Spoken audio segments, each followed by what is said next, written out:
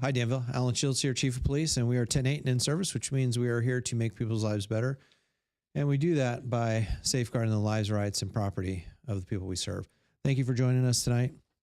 I appreciate you bearing with us while we moved the program a little bit and pushed it about 30 minutes.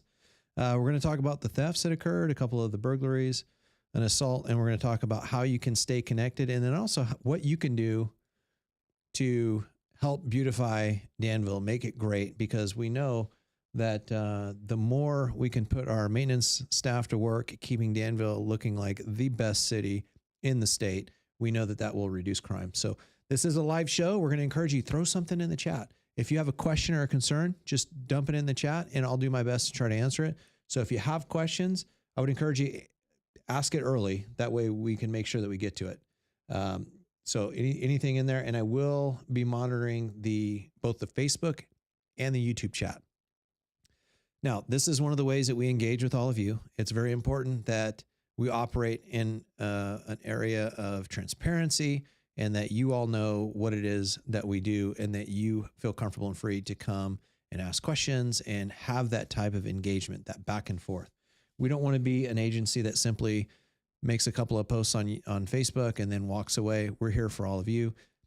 In that vein, if you want to take advantage of an opportunity, next Monday, or actually starting in March, we're going to be doing our Citizens Academy. And so you can come and join us every Wednesday night from 6 to 9. And it is a good time. So we'll have our traffic officers in front of you, our investigators, a lot of people to show you what it is that we do and how we keep Danville safe. It is a very fun and good time. If you want to see us in person earlier than that, join us Monday, February 27th, 2:30 to 3:30 p.m. And we'll be at the Starbucks at 1 Railroad. Have to warn everybody, this is kind of we're trying to reach out to the high school kids. We're down by San Ramon Valley High. That's the Starbucks right on the corner there by the high school. And we're just hoping to capture some of the kids that are coming out and just, make ourselves available to all of them. And the idea is we don't serve one segment of the community. We serve everyone in the community, the kids, the adults alike. All right. So if you're not aware, because of the floods that happened back on New Year's Eve and beyond, frankly, we did reach out and work with our county Office of Emergency Services. They helped arrange for FEMA to come out and stand up a FEMA disaster recovery center. So next door, and it's only for 2 weeks, but from February 15th through March 1st, every single day, there is a disaster recovery site from 10 a.m. to 7 p.m. And this is meant to assist people in the victims. It's not meant for day-to-day services. There was a question that came in because these are the services that are stood up specifically to help people that have been a victim of flood. And so you see there's like DMV, Franchise Tax Board, Department of Public Health, Veterans Affairs, Housing and Community Development. So there are a lot of agencies there. They're not there for day-to-day services. I know we'd like to go in and register our car locally, but that's not what they're there for. They're there simply for the disaster. All right. If you remember during the disaster, during the rainfall, we had a pretty significant amount of damage done to one of our roads. So there will be an emergency repair going on. And what I'm going to encourage you to do, because this is a public works and an engineering project, it is not a police department project. So I'm putting this information out there on behalf of those departments so that you can understand what it is that's happening so that you can stay informed. There is a link in the description for the Danville Town Talks webpage where you can get information on the Diablo Road culvert emergency replacement. Here are the big things to remember. This is going to take place March 23rd and April 13th, and they did that specifically to align with nearby school breaks, like the spring break, and they tried to do it so that the impact would be as minimal as possible. They are going to work very, very hard. What they're encouraging, though, is for you all to be aware of what is being done, because they're going to do a full road closure so that they can replace that culvert in the fastest way possible. So if you look here on the map, it's a great graphic. Diablo Road will be closed from Country Club Drive, from Alameda Nueva to Alameda Diablo, and it will be closed. So we're asking people, if you're going out towards Blackhawk, to use the Sycamore Valley Road access, and if you're coming from the Blackhawk area, to do the same. and avoid that road closure, because there is not we didn't reduce it to one lane or anything like that. We're trying to maximize the time that we have so that we minimize the impact to the community. So we want to make sure that we can get all that work done. And let me put this back up. On the Town Talks website, there's a great button, and all you have to do is enter your email address. If you look in the upper right-hand corner, put your email address in there, put subscribe, and you'll be added to the email list for Town Talks. So as news and information comes out on that Town Talks website, you'll be the first to know. I would also encourage you, just generally, it's a good site to go to. Town Talks is also the site that we put other projects on, and it's a very good communication tool. So if you want to know what is happening in Danville, that is a good site. All right, FEMA All Hazards Checklist. It seems like this is going to turn into the FEMA show if we keep this up. The FEMA All Hazards Checklist is a great checklist put out by FEMA for events that are very low frequency. So they just don't occur that often, but they're extremely high risk. What I have up here now is wildfire. And the idea is I want you to prepare now for a wildfire that may, the season is coming up. It's not taking place now. So now is the time to prepare. And this will give you some advice on how to survive during and how to be safe after. If we can look at some of the tips, they're up on the screen. And it talks about evacuations and how these fires are typically kept and how you can stay protected. I would also want you to sign up for the community warning system. There's a link in the description to the sheriff's website, and that will allow you to get the notification should a catastrophic event take place. And then also you can download the Wildfire Preparedness and Evacuation Guide. Lots of good tips in there. Here's a good example is it talks about how you can care for your home and keep that defensible space, what you can do to prepare your home, have a plan, and prepare your friends, family, and neighbors so that should something happen, you are all prepared. Okay, so we got a quick question for Kevin. So I'm going to actually throw the slide back up because this is very important. Kevin Granny asks, I didn't catch what days Yellow Road will be closed. It's going to be closed starting March 23rd, and it's going to extend through April 13th. March 23rd through April 13th. All right, let me see if there's any other comments. I'm going to check the comments. Okay, so Kevin, that was the one comment. I hope that answered the question fully. All right, so we're going to move on to the blotter. This is a section where we talk about crime. This is a section where we talk about traffic accidents. You can always get this information any time of the week, communitycrimemap.com. We upload several times a day there, and you can set alerts that will be sent right to your email. You can also get information on sexual offenders there as well. For February 13th through the 19th on accidents, if you remember last week we had 0. Not every week can be a 0, but this week we had 4. We had 2 injury collisions, 2 property collisions on the 13th and the 14th. They were clustered in those 2 days. The 2 injury collisions, one occurred on Hill Meadow near Communitas, and the other one occurred on Sycamore Valley Road West. So that's near the livery near San Ramon Valley Boulevard. And then the 2 collisions on the 14th were our 2 non-injury collisions. One took place on Front Street near Prospect. Probably people going to Danville Chocolates and get some Valentine's Day chocolates there. And might have been a rush on the store there.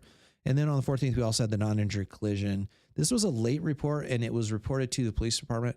And unfortunately, I don't have the final report to tell you exactly where the accident happened, but I can tell you it didn't happen in our parking lot. All right, I'm going to move on to the blotter. This is the crime blotter. So these are the Part 1 crimes for February 13th through 19th. We had 1 aggravated assault. That's very unusual. I think all of last year we had 10 total persons crimes, Part 1 persons crimes. So we don't get very many. You only get 1 every few weeks on average, but or less than 1 a month, actually. And this time we did have an aggravated assault, and we'll talk about that. We had 2 residential burglaries, 5 thefts, and no vehicle thefts. Okay, let's go down the list. February 13th, there was a petty theft from the Smart and Final on Diablo Road. That was a shoplift. On the 15th, now this is something interesting. This is, we actually recovered an embezzled U-Haul after we received an ALPR notification. And this was on Sycamore Valley Road near I-680. So even though that's a stolen vehicle, and it does come up on, so if you go to communitycrimemaps.com and you see a stolen vehicle, not every one of them means that it was stolen here. Sometimes they're miscoded, and it's just that we made an arrest for a stolen vehicle. So that there's going to be a discrepancy on the public facing page on that one. On the 16th, we had our first of the 2 residential burglaries. That was on Rock Island Circles. Our detective is actively working that case, and they're following up on leads, and they're continuing to follow up on the leads. On the 17th, we had another residential burglary on Blackstone Drive. That's the one that's way out east there, kind of by Safeway. And then on the 17th, we had an assault with a deadly weapon and criminal threats on Glasgow Circle. On the 18th, we had a theft of property from, from an unlocked vehicle on Jewel Terrace. On the 19th, we had a catalytic converter stolen from a vehicle on Noreen Court. Noreen Court, that's that one way out east, the brown square there near Diablo Vista School. And then we had a package theft from the 600 block of Glasgow Circle. So two things I want to remind you. One, our bait program, and most people are probably aware, but we have these small GPS devices that we put in bicycles and packages, and we put them out on people's porch. We put the bicycle throughout town. We have different bicycles. And the idea is we want to provide the target for our motivated offenders. Remember, we talk about the crime triangle. We talk about the three things that you need. You need a motivated offender, you need a location or a site, and then you need a target or a victim. And so in this case, really hard to find that motivated offender. So what we do is we put a little bait out there thinking, okay, we hope that should there be a motivated offender out there, that they steal our stuff and not yours. And if they do steal our stuff, that we can go and work to try to catch them. So we do have that out there. If you've seen that there's been package thefts, we've been seeing one, maybe two a week kind of starting to pop up. So we do take proactive steps. We have had our package out there. We have had our bike out there, and we're hoping to see if we can't catch those folks doing that. On the assault with a deadly weapon and the criminal threats on Glasgow Circle, you may have seen that we put out a nixle alert on that, and I'm talking about it because I want you to know what our communications plan is. If we have an event like what happened on Glasgow Circle, where someone barricades himself in a house and we put a lot of police officers there, what you will see is our effort is to try to slow the situation down and seek a peaceful resolution. What you can expect from us is, as soon as practical, once we work the scene and we make it as relatively safe as we can, and we can put information out, we're going to put it out. So if you recall on Nixle, if you're signed up, that we put out, that there is police activity on Glasgow Circle, please avoid the area, or something to that effect. If we're looking for a missing person, we may put out there and say, hey, we're looking for a missing person. Can you help us? And we'll give the description. And you may have seen some of those come out fairly recently as well. That is a site, that Nixle site is something that we use all the time. I know I plug the community warning system at the beginning of every show. That is for catastrophic events. However, if there is a catastrophic event, we're also going to simulcast on Nixle. So you'll get it on Nixle, you'll get it on CWS alerts as well. If you haven't and you want to sign up for a Nixle alert, what I'll have you do is you just send a text message, and in the 2, you just put 888-777. So in the 2, where normally you'd put someone's name or their phone number, you just put 888-777. And in the box where you would usually write the text message like, I'm running late for the show, I'll be home soon, that's where you just want to put your zip code. So you just put 94526, and it will sign you up for that area. And you can put multiple areas, but you can only put one in at a time. So put 94526, enter. 94506, enter. And then you'll be signed up for those areas. And it's not limited to just Danville. And so I would encourage you, once you're done watching the show tonight, do two things. One, ensure that you are signed up for Nixle. If you are not, send a copy of this show. Just forward it to somebody and say, hey, sign up for Nixle and check out what's going on here in town. All right, I'm going to look at some comments before we move on to the final thought. John says, how do we go about asking you to use our house as a bait victim? So, John, this is absolutely hilarious. When we first started doing the bait program, I bought the GPS devices, and we had some property that we were able to use as bait. And some of the officers and the detectives are like, well, who's going to want this in front of their house? And who would want us to, want to put this in front of their house and all that, and the risk involved. And I said, well, I'm pretty sure in Danville, we're going to get a lot of takers that are going to want it, because in other situations, when we do like speed enforcement on the road, people are like, please park my driveway, slow the cars down. And it really speaks to the cooperative nature and the relationship between the police and everyone in this community that we serve. The running joke is that we can do policing here at a rate of 0.67 per 1,000 when most agencies maybe do it at 1,000 for two primary reasons. The first one is because we have a good relationship with the community. We're aligned with the community goals. Everybody wants Danville to be safe. Everybody wants Danville to be a place to raise your kids in a safe environment.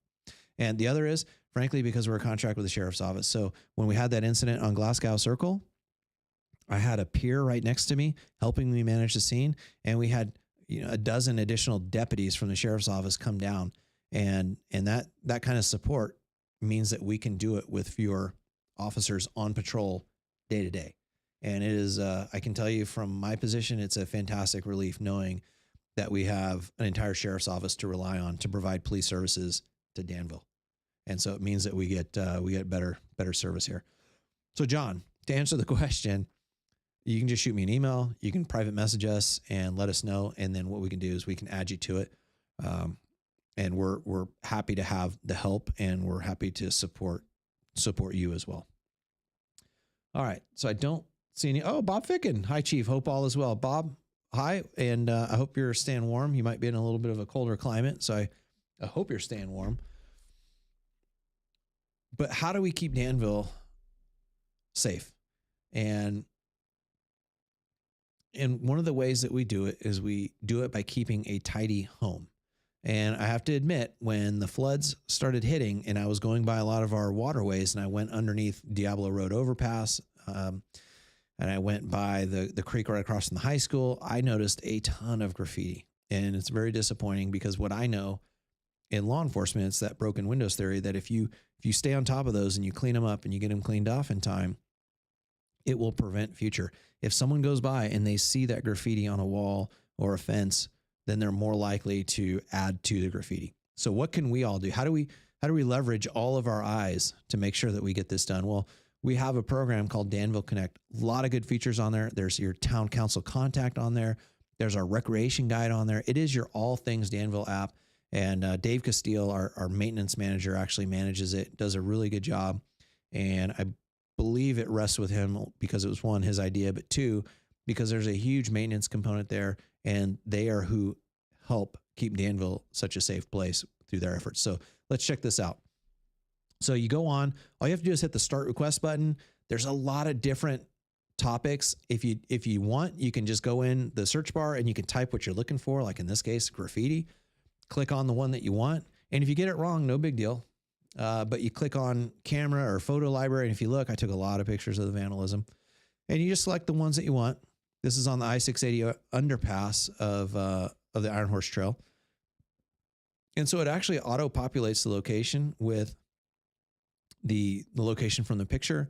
And then you put a little description in there, and my kids will all be disappointed at how slow my thumbs are. Graffiti on I-680 bridge over the Iron Horse Trail. And then once you send it in, it acts like it is a trouble ticket system similar to what you'd have for IT. And this goes right to in this case, it goes right to our maintenance staff. They submit that. And then the good thing is you can actually go back and you can double check and see what happened to your request. You can just track all your requests. Apparently I put in too many of them, but I can go down and I can look at, a graffiti, and then I can look and I can see at the bottom there, I get the response, and it was from Claudia, one of our maintenance admin staff. And she types in there, hey, I reported this to Caltrans. So in the case of graffiti, how does that get cleaned up? If it is on town property, we clean it up. If it's on personal property or the property of some other agency, then that agency or that private property owner is responsible for the cleanup. And so we'll go and contact them and request that they clean it up.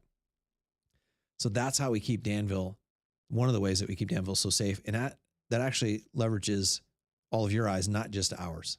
And so go ahead and download that. It's called Danville Connect. There is a link in the description, and you can help keep Danville clean. I will say this, some of that graffiti is on Caltrans and flood control property, and they are very, very backed up right now with damage from floods and the flood itself.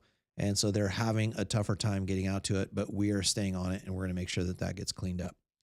So Sue says cars are still flying down El Capitan, mostly around 1 to 2:30 p.m. Well, Sue, you might have seen us there on El Cap near Mustang. We've been parking there. We've also been on Paraiso and Camino Ramon. And the idea is we pick all these different spots. When there's a problem in one specific area, if all we do is post up there, we may not actually solve the problem. And so what we do is we know if we go on connector streets and we kind of pepper that whole area, then we can have good success in slowing down all the cars. And then it gives the appearance that cops are kind of everywhere. And so we do work on that. So Sue, I appreciate you letting us know.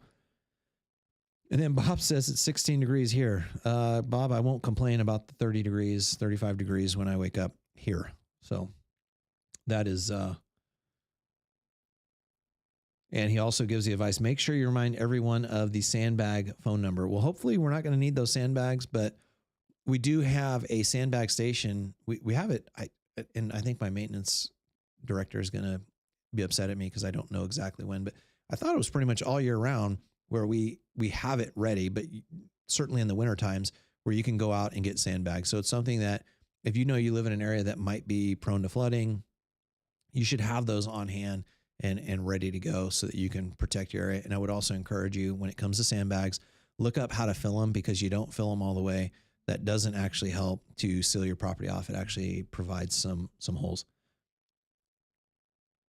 Okay, so Marty says, tried to use for sidewalk repair on my iPhone. Wouldn't let me put in name, but did let me put in everything else, but can't submit without it. Suggestion, I will check with IT. So Marty, you do have to have, and I'm assuming when you say name, you mean your name. So you do have to have you do have to submit it with a name. That way if we need additional information, we can contact you. And so it does ask for your contact information there. So we would just say, put something in the box there. I think on the web app, and I'll check and I'll update this in the chat after the show, but I believe on the web app, I know there is an anonymous button there for anonymous. But let me check on that, Marty. All right. I'm going to check and see if there's any other questions, see if there's anything on YouTube here. Nothing on YouTube, and looks like Danville is good. So let's go over our reminders real quick. Diablo Road will be shut down for a significant portion of time, and it's going to be shut down from March 23rd through April 13th, and that is to do needed culvert emergency replacement. And it's going to be on Diablo Road between Alameda Diablo and Avenida Nueva. And so it will be closed. So please do me a favor, there's a link in the description, go to the Danville Town Talks website. And then when you get to this particular news article, you can enter your email address there. And as there's updates to it, you will get email notifications. So that is how you can stay informed for that particular event. And to look at the map, it's going to be, again, between Alameda Diablo and Avenida Nueva. If you are coming or going from the Blackhawk area, we're recommending that you go around and use the Camino Tasajera because this section of Diablo Road will be closed. So please be advised, we're going to do an all-out push on that, and we're going to make sure that people know. FEMA All Hazards Checklist, download that link in the description. It's help you to prepare for those low-frequency, high-risk events. And then you can also sign up for our community warning system where you will receive alerts should one of those events occur.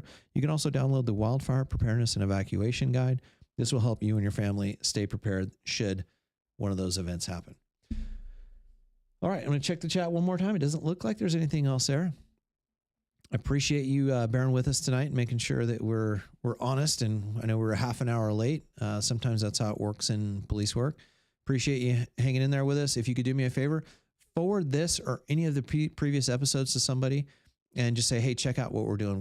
We're finding out that people are still not quite aware of the 10-8 program, of the Mayor Town Talks program, of the Facebook site, the YouTube channel, all these different ways that we're trying to reach out. So if you have a friend that takes in information and would like to stay connected with their town, this is a great way to do it.